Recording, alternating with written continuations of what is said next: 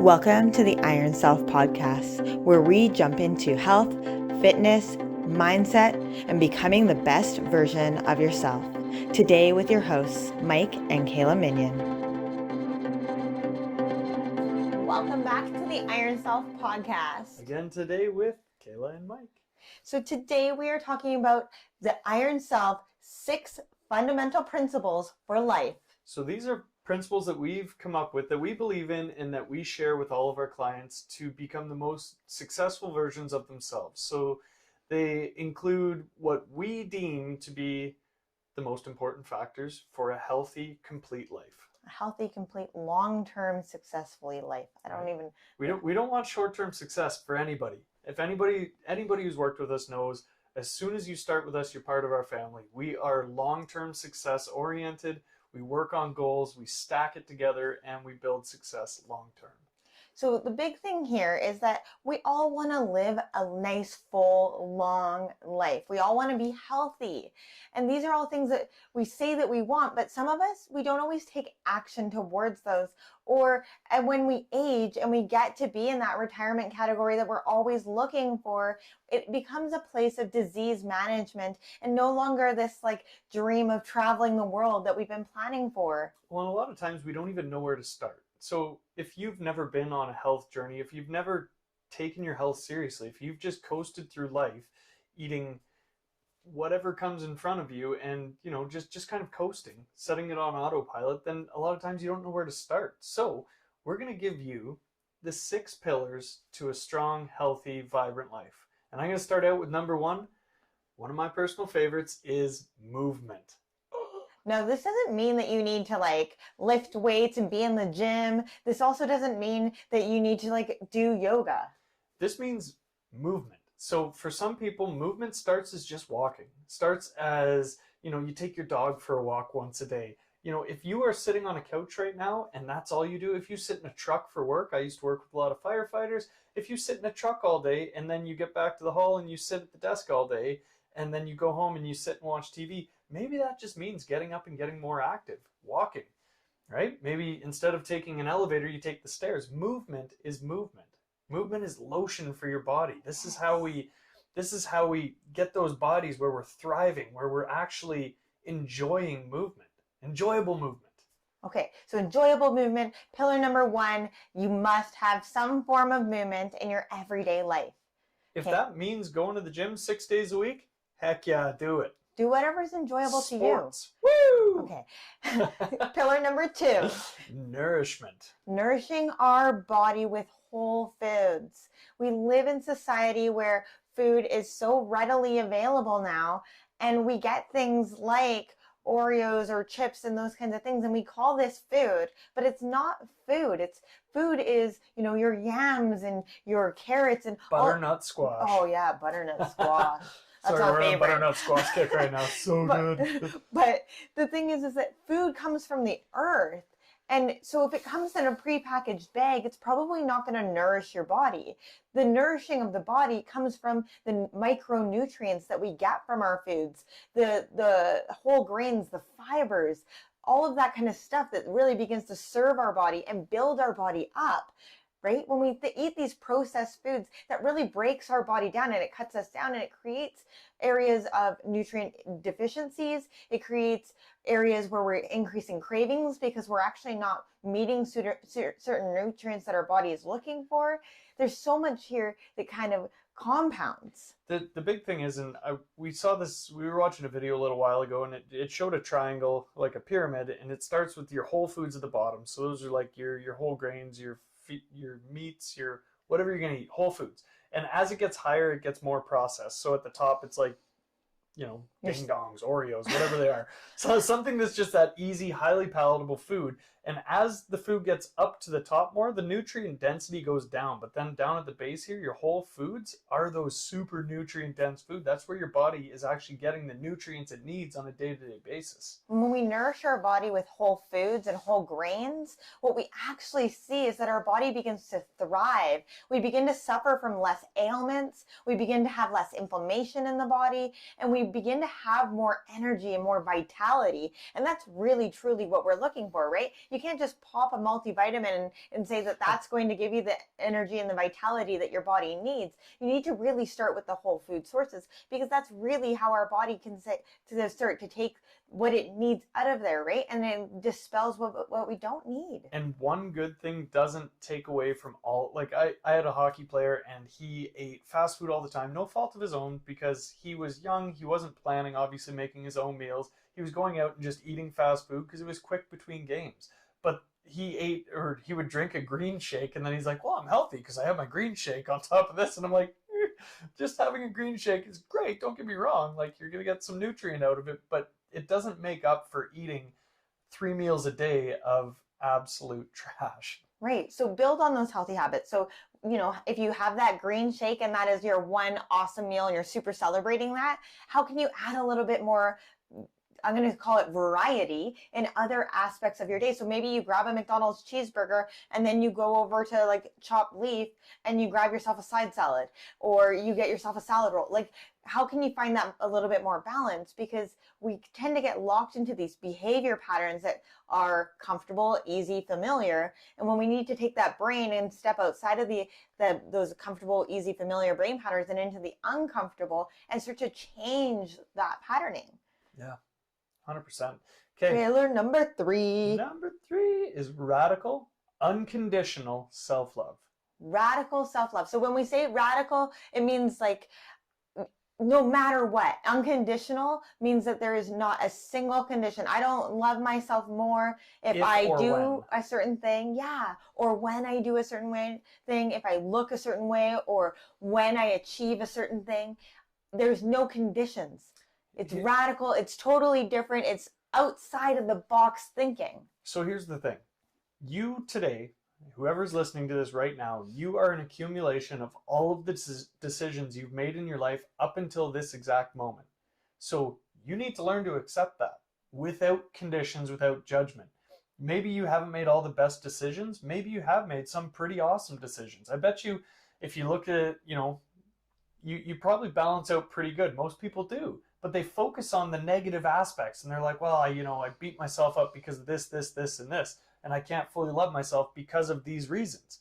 It's like, well, no, you get to accept that you may not be perfect, but you get to still have that love for yourself and acceptance of yourself, true self-acceptance, because without that, you're going to be lost here. Well, and the way I always explain it is like, if you've got a kid, you love your kids unconditionally. There's nothing that your kid can do to make you stop loving that child.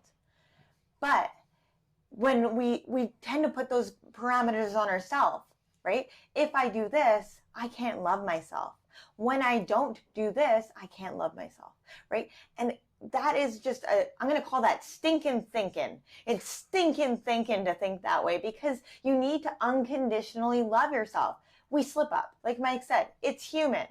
Yeah. Okay? You are meant to fail. And we say all time and time again on this podcast, fail forward. Make your failures and learn from them. The big thing is the learning, right? If you make the same mistake time and time again and you don't learn from it and you don't create healthier habits because of that, then that is a lack of trying on your side. And some people do lack that effort. So if you want to improve your life, you need to be able to take that effort and to take those first steps to admit that there was a mistake made. It's the hardest thing to do. When I screw up, it's the hardest thing to go to Kayla and be like, ooh, kind of messed this one up. Sorry, at least it was on kid number 3. No, I'm just kidding. Okay, so those are your first 3. So number 4 is gratitude. One of my favorite things. Be grateful for what you have here and now, today, not yesterday, and not tomorrow. Be grateful. Everybody has something to be grateful for. You get some people and they're like, oh, I don't know what I'm grateful for. I'm like, okay, well, do you live in a house? Yeah.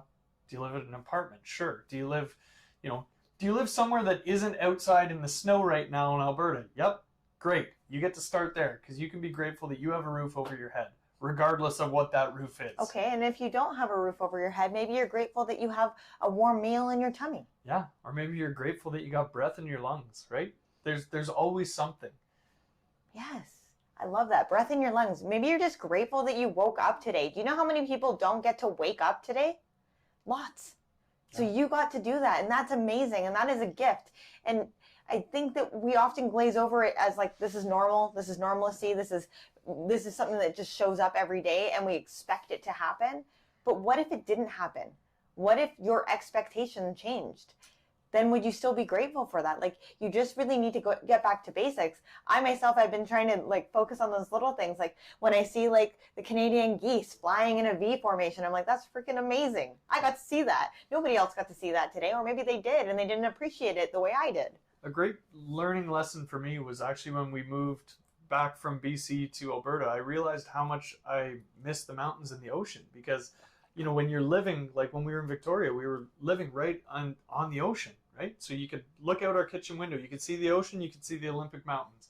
And seeing that every single day, you almost start to take it for granted. You don't pay attention to it as much because you see it every day. So you forget to be grateful for it. But then once you step away from it and you're back in a land of winter without the ocean and without the mountains right there, I started to realize that, and I'm like, holy, like I should have been a lot more grateful when I was there. Right. You take things for granted. Now all we have is an ocean drum. It Pretty makes awesome. the sound of an ocean. It's still great, but it doesn't, you're not smelling the ocean when you play it. She's not wrong. I grew up right beside the ocean. Number 5, as Kayla's smelling the ocean right now. Number 5, living in the present moment. Ooh, I was going for it. She went for it. You can go for it. No, it's all good. Okay. Living in the present moment, the power of now. There's a reason that there's a book written called The Power of Now. Living in the moment is where we get to experience joy and happiness and bliss. You don't get to experience that in the past, and you sure as hell can't experience that in the future, right? Future is where you get to worry about things. You're worrying about the future, about your work deadlines, about your school project, about the next game coming up, about whatever it might be. You're in that anticipatory state. You're worrying about it, or you're thinking about the past and you're dwelling on the past, something that happened that you wish you could have done differently, that you wish would have happened differently, instead of just living in the moment and being thankful and grateful for the moment that you're in. Yeah, we get stuck in the past, right? Like that one situation that changed our life, and that we just stuck in that moment. Yeah. We couldn't move forward because of that. Or maybe we're stuck in the future and we're living in that anxiety and that stress and that worry of, oh my gosh, what if this doesn't happen? Oh my gosh, what if this does happen? And we play out all of these scenarios. What if we just stepped out of all of those scenarios and we stepped out of the past and we became here present? Because guess what? You're safe right now. You have breath in your lungs right now. Like, be with that. Your breath grounds you to the present moment. It takes you from the past and from the future and puts you here and now. And that is powerful because we don't have anxiety, stress, and worry here and now. Yeah. And so one of my favorite things is to take that moment, when the kids are driving me crazy and I'm like, oh my gosh, I can't get any serenity by myself. I go to the bathroom. That's why she's always in the bathroom. No, but you close the bathroom door and you take a moment and you breathe. Maybe you legit have to go to the bathroom. You sit on the toilet and you breathe. I don't know. But you're like being present in that moment and giving your ego something to focus on that isn't outside of physically where you are. We like to come back to those 5 senses. Yeah. Well, for me, I always say bring it back to the breath too, just because it's such a good centering, such a good focus where you literally, if you just close your eyes and breathe, you're focusing on that interoception. What's happening on the inside? You feel your ribs expanding. You feel them contracting as you're breathing that back out. And it's powerful to be in the moment with your breath. And being in the present moment, it is, you can connect with your body and that felt sense within your body, right? When we look at trauma or PTSD, we need to begin to connect with that felt sense within our body, and we can't do that when we're living in the past or in the future. And so grounding back into that body, you'll begin to notice, when you eat something, how does that make your body feel? Yeah. When you think a negative thought, how does that make your body feel? Where in your body are you feeling that? So by using that key pillar of being in the present moment, we can really change so many aspects of our lives. Well, and that pillar is beautiful because it plays into the other ones too. Be present in your movements. Be present while you're doing your walks, when you're doing your workouts. So many people do like their mindless workouts and they're like, oh, I just go to the gym, I tune everything out and that, it's mindless. And it's like, no, be present in those movements. Learn your body. Figure out what feels good. When you're eating your food, know when you're full before you're full, right? You get that ideology where you start to be able to realize, hey, my body's telling me I'm getting full here, right? What do the foods taste like? Be in the moment. Everything you do. Being in the moment with your radical self-love, like truly feeling the emotion of love and support that you can give yourself, or truly becoming aware of the thoughts and the thought patterns that are coming through our monkey mind. Being more in the present with your gratitude, right? I mean, when you talk to kids for their gratitude, they're very present in the moment because they can't remember what happened yesterday, right? So like, I am present for lamp.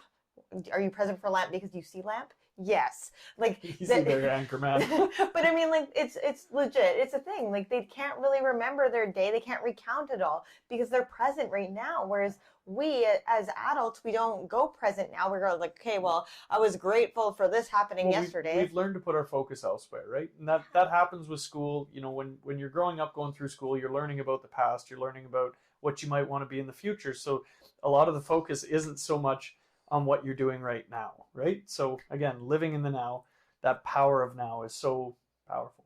Okay, pillar number 6. So our 6th pillar, which we think is fundamental to every other pillar. 100%. Purpose. Living with purpose. Driving your life and your success forward. If you don't have purpose, you don't have direction. You don't have direction in any of these aspects. If you don't have purpose, why are you getting up and moving? So how many people that are listening have that, they just wake up and they do their routine, right? They're just in the motions of living their life, put food on the table, eat, sleep, repeat every single day, right? This is how a lot of people live their lives, and they don't have that greater purpose. And I say greater purpose, but it doesn't have to be anything grandiose either. Like, it doesn't have to be this crazy, overarching, if I don't make it to Mars, I didn't do anything, Elon Musk. But it doesn't have to be anything huge. Your purpose could be to be the best father, mother, brother, sister, whatever it might be. To be like our daughter. She wants to be the kindest person in the world. That is her purpose in life. She said, regardless of what else happens, regardless of everything happening in my life, I want to be known as the kindest person that has ever lived. Like, easy there, Buddha. Like, look at you go. But it's true. It's like, your purpose today might change throughout your lifetime, right? Like, right now, maybe your purpose is to be the best mother or father to your children. Maybe your purpose is to be the best caregiver for your parents. Maybe your purpose is to inspire other people through something that you're empowering them with. Maybe you are a business person. Maybe your purpose is to deliver the highest level of service to your clients. Maybe your purpose is to be the best employer that you can be, or to have the happiest employees. Because a lot of employers, their focus is purely monetary, and there's nothing. Everybody's got to feed their family, everybody's business. To be successful, you do need that monetary return. But maybe if you had the happier employees, if you created an atmosphere that was the happiest workplace ever, you would have that much more productivity out of your people. So again, everybody's purpose is different, but having that inner purpose, a driving force for your success, is so powerful. Right. And we can't achieve anything in our lives if we don't have that greater purpose and that greater understanding. And psychologists have actually said purpose is the one key driver to change, to behavior change, to radical self-love. Like, it is huge when it comes to your success in your life, is to have some sort of overarching purpose and value. Yeah. Purpose, direction, it's a beautiful thing. Okay, so let's just recap those 6 pillars for our fundamental principles for life. So the iron self pillars are, Mike? Movement, nourishing our bodies with whole foods, radical, unconditional self-love, gratitude, living in the present, and purpose. So I hope you guys received some value from this episode. I hope you got something out of this. If you want to know how to now take these 6 fundamental principles into your life, reach out to us because we are here to support you. We want to make sure that you are successful. Have a great day, guys. Bye for now.